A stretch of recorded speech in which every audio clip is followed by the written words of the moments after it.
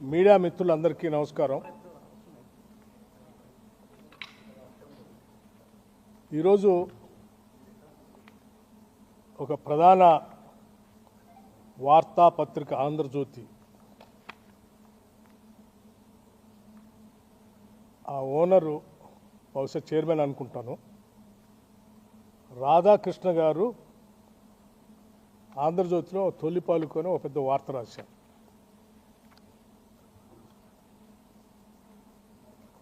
అందులో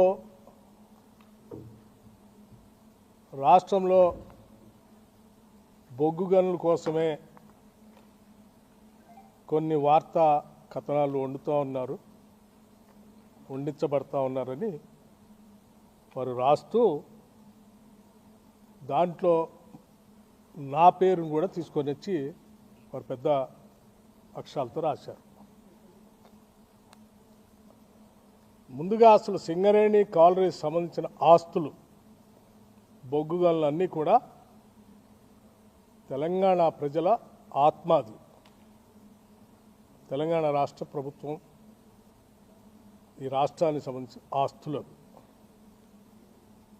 ఆ ఆస్తుల్ని,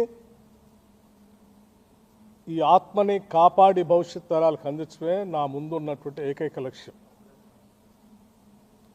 రాధాకృష్ణ గారు లాగా నేను ఏది పడితే అది మాట్లాడటమో, ఏది పడితే అది రాయటమో నేను చేయను. ఎందుకంటే నాకు కొన్ని బాధ్యత,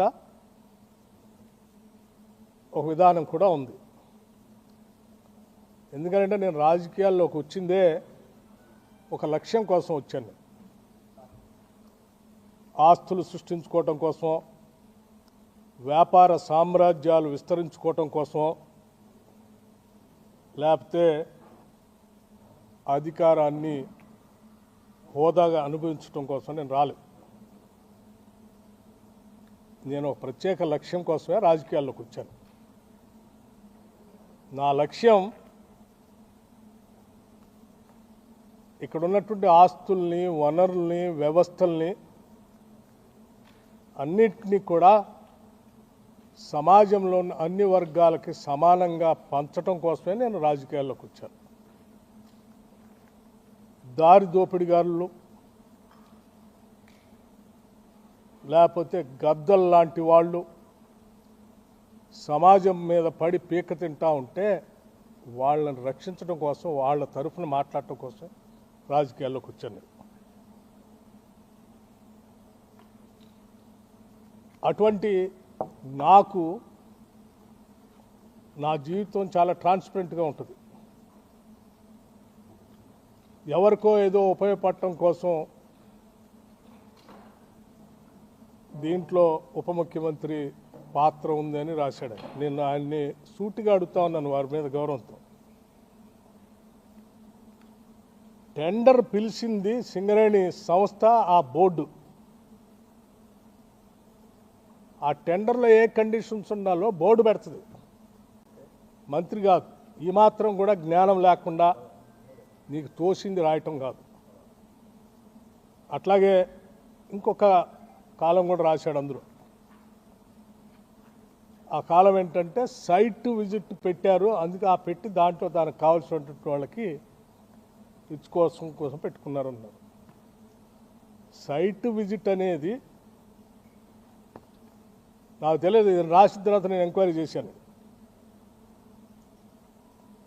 పబ్లిక్ సెక్టర్ అండర్టేకింగ్స్ అన్నింటిలో టెండర్ పిలిచేటప్పుడు ఆ కండిషన్ కూడా పెడతారట. ఎందుకంటే క్లిష్టతరమైన పరిస్థితులు ఆ ప్రాంతాలు ఉంటాయి కాబట్టి విజిట్ చేసి ట్రాన్స్పరెంట్గా అసెస్మెంట్ చేసుకొని దానికి తగ్గట్టుగా టెండర్ తయారు చేసుకొని వాళ్ళు పార్టిసిపేట్ చేయడానికి అవకాశం కలిగిస్తారట. చాలా public sector undertaking, government of India సంబంధించిన పబ్లిక్ సెక్టర్ అండర్టేకింగ్స్ అన్నింటిలో కూడా ఇటువంటి కండిషన్స్ ఉన్నాయి. అయినా ఒక బెనిఫిట్ ఆఫ్ డౌట్ని, ఒక కట్టు కథని, ఒక పెట్ట కథని అల్లి తెలంగాణ ప్రజల్ని మభ్యపెట్టడం కోసం తను ఒక కథనం రాశాడు. కాబట్టి మేము నిజాయితీగా ఉంటామే కాదు, ఉన్నట్టుగా కూడా జనానికి కనపడాలి. ఆ ట్రాన్స్పరెన్సీ కూడా ఉండాలి. That is what I believe. నేను అది చదివిన తర్వాత నేను అందుకే మొత్తం ఆ కండిషన్స్ చదివి I seriously examine the entire thing. I have asked the Singareni management and the board seriously examining ఇటువంటి ఎలిగేషన్స్ వచ్చినప్పుడు ప్రజలకు స్పష్టత ఇవ్వాల్సిన బాధ్యత మంత్రిగా నా పైన ఉంటుంది కాబట్టి I have asked them to, I have instructed, not only asked, to cancel the tender and go for a fresh tender with all the Government of India public sector undertakings లో ఏమేమి కండిషన్స్ ఉంటాయో అటువంటి conditions అన్ని examine చేసి మళ్ళీ పిలవండి. Don't go by this same. ఇంతవరకు అంటే వాళ్ళు చెప్పింది సార్ టెండర్ ఇప్పుడే పిలిచాము, ఇంకా అసలు ఎవరు పార్టిసిపేటే చేయలేదు, అప్పుడే ఎవరికో ఇచ్చినట్టు ఎవరికో ఇవ్వటం కోసం దీంట్లో చేస్తున్నారని రాసిన దానికి మేమెట్లా బాధ్యులు అంటే నేను చెప్పాను that is a different part, leave it. ఆ రాసిన ఆయనకి ఎవరి మీదో ఏదో ప్రేమ ఉండొచ్చు, లేకపోతే నేను మొదటి నుంచి కాంగ్రెస్ పార్టీలో ఉంటే రాజశేఖర రెడ్డి గారికి అత్యంత సన్నిధులుగా ఉండటం వల్ల రాజశేఖర రెడ్డి గారి మీద ఉన్నట్టు కోపంతో నా మీద కూడా కోపం చూపించడానికి రాసి ఉండొచ్చు. కానీ ఇవన్నీ రాష్ట్ర రాజకీయాలకి సింగరేణికి సంబంధించినవి కాదు, పాలనకు సంబంధించినవి కాదు. ఒక బెనిఫిట్ ఆఫ్ డౌట్ వచ్చింది కాబట్టి దాన్ని క్యాన్సిల్ చేయండి. మిగతా విషయాలన్నీ కూడా నేను రాధాకృష్ణ తేల్చుకుంటాము. ఇది ప్రజలకు సంబంధించింది కాబట్టి ఇమ్మీడియట్గా క్యాన్సిల్ ఇట్ అని చెప్పాను. I'm already instructed the Singareni board people to cancel it. ఇక రాధాకృష్ణ విషయానికి ఈ కట్టుకథ పెట్టకథ రాసిందని అన్నిటికీ అతను ఏ ఉద్దేశంతో రాశాడు, ఎందుకు రాశాడు, ఏ రాజకీయ ఉద్దేశం ఉంది, దాని వెనక ఎవరుండి నడిపిస్తున్నాడో అన్ని విషయాలు మళ్ళీ తిరిగి వచ్చిన తర్వాత నేను మొత్తం ఫుల్ ఫ్లెజ్డ్గా ప్రెస్ని పిలిచి నేను మాట్లాడతాను. అప్పటి వరకు మాత్రం I just want to make it very clear to the people of Telangana that నేను ఈ బాధ్యతలో ఉన్నంతకాలం ఏ గద్దల్ని, ఏ దోపిడీదారుల్ని, ఏ వ్యవస్థీకృతమైనటువంటి క్రిమినల్స్ని తెలంగాణ ఆస్తులపైన కానీ తెలంగాణ వ్యవస్థలపైన కానీ నేను పడనేను. I will be keep protecting those things. I will stand for that. Thank you sir. ఇది సింగరేణికి సంబంధించి అందుకే అన్నాను నీకు లేకపోతే మిగతా మీడియా సంస్థకి మీ ఇద్దరి మధ్యన ఏ సంబంధాలు ఉన్నాయో, ఏం వైరం ఉందో అది మీ ఇద్దరు తెలుసుకోవాల్సింది. మీ ఇంట్రెస్ట్ల కోసం రాష్ట్రాన్ని, పాలనని, ప్రభుత్వాన్ని, అందులో అధికారుల్ని, మంత్రుల్ని లాగుతామంటే చూస్తూ ఊరుకోవడానికి ఎవరు సిద్ధంగా లేరు. ఈ ఆత్మగౌరవంతో బతుకుదామని, బతకాలని, ఆత్మగౌరవం లేకుండా ఈ సమాజాన్ని దోపిడీ చేస్తూ హింసిస్తున్నటువంటి వర్గాలకు వ్యతిరేకంగా నిలబడి ఆ వర్గాల ఆత్మగౌరవాన్ని సాధించి పెట్టడానికని రాజకీయాల్లోకి వచ్చా. I also live with the same self respect. I don't bend for anything. I stand for that. అమ్మా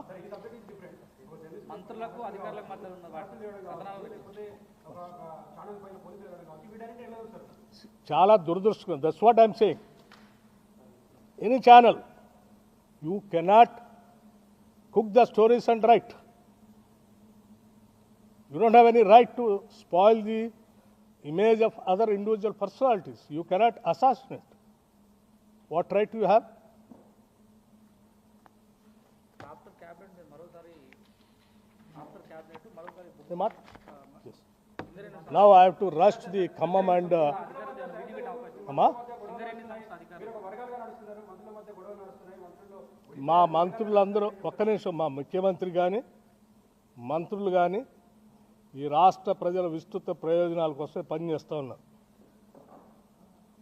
నీ అవసరాల కోసం వీళ్ళ మధ్యలో ఏదో కట్టుకథలు సృష్టించి విభేదాలు సృష్టించడం కోసం ప్రయత్నం చేస్తే నువ్వే విజయం సాధించలేవు.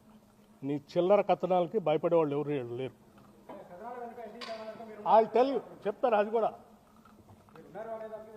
అమ్మా. ఎవరన్నది అది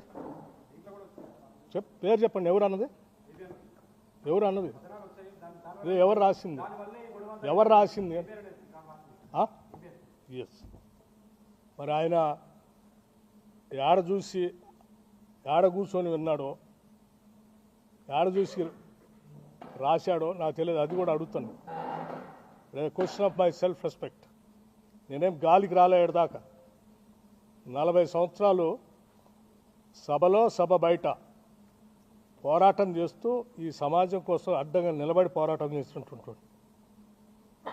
నీచ నికృష్టపు దిగజారిపోయి రాజకీయాల కోసం ఇటువంటి కట్టుకథనాలను సృష్టించడమో లేకపోతే వాటిని స్ప్రెడ్ చేయటం చేసే అంత వీక్ క్యారెక్టర్ కాదు బట్టి విక్రమార్క. వచ్చిన మాట ఈరోజు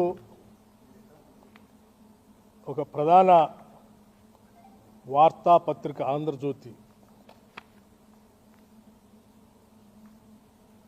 ఆ ఓనరు బహుశా చైర్మన్ అనుకుంటాను, రాధాకృష్ణ గారు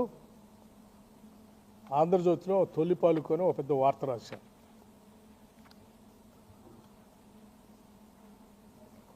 అందులో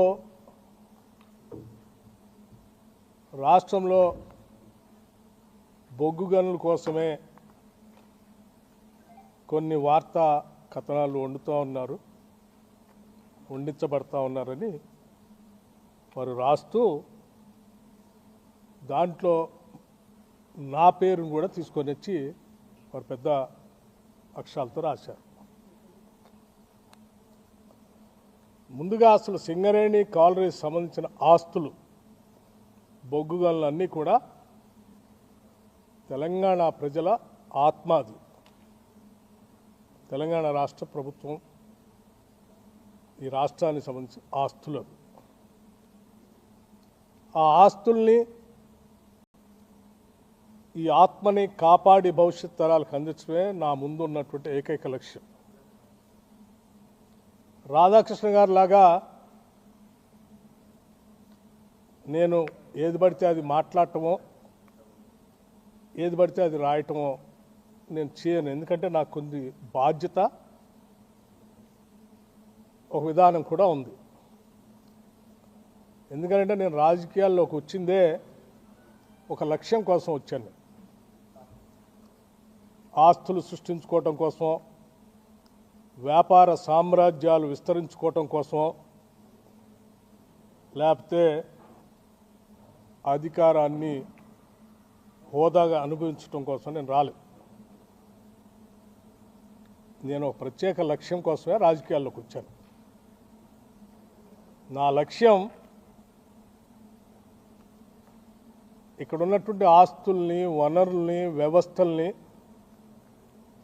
అన్నిటినీ కూడా సమాజంలో అన్ని వర్గాలకి సమానంగా పంచటం కోసమే నేను రాజకీయాల్లోకి వచ్చాను. దారి దోపిడిగారులు,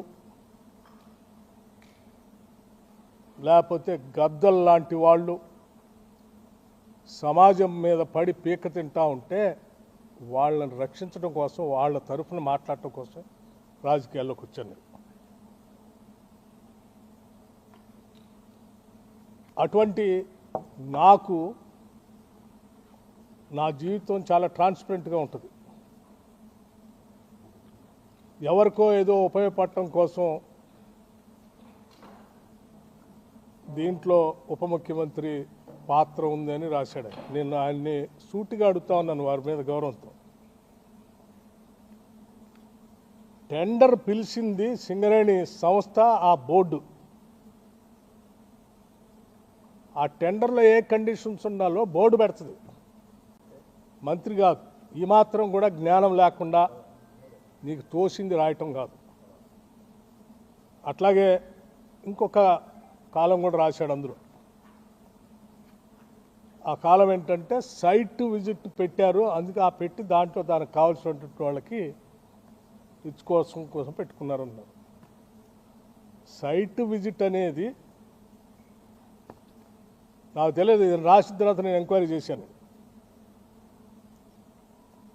పబ్లిక్ సెక్టర్ అండర్టేకింగ్స్ అన్నింటిలో టెండర్ పిలిచేటప్పుడు ఆ కండిషన్ కూడా పెడతారట. ఎందుకంటే క్లిష్టతరమైన పరిస్థితులు ఆ ప్రాంతాలు ఉంటాయి కాబట్టి విజిట్ చేసి ట్రాన్స్పరెంట్గా అసెస్మెంట్ చేసుకొని దానికి తగ్గట్టుగా టెండర్ తయారు చేసుకొని వాళ్ళు పార్టిసిపేట్ చేయడానికి అవకాశం కలిగిస్తారట. చాలా public sector undertaking government of India సంబంధించిన పబ్లిక్ సెక్టర్ అండర్టేకింగ్స్ అన్నింటిలో కూడా ఇటువంటి కండిషన్స్ ఉన్నాయి. అయినా ఒక బెనిఫిట్ ఆఫ్ డౌట్ని, ఒక కట్టు కథని, ఒక పెట్ట కథని అల్లి తెలంగాణ ప్రజల్ని మభ్యపెట్టడం కోసం తను ఒక కథనం రాశాడు. కాబట్టి మేము నిజాయితీగా ఉండటమే కాదు, ఉన్నట్టుగా కూడా జనానికి కనపడాలి. ఆ ట్రాన్స్పరెన్సీ కూడా ఉండాలి. That is what I believe. నేను అది చదివిన తర్వాత నేను అందుకే మొత్తం ఆ కండిషన్స్ చదివి I seriously examine the entire thing.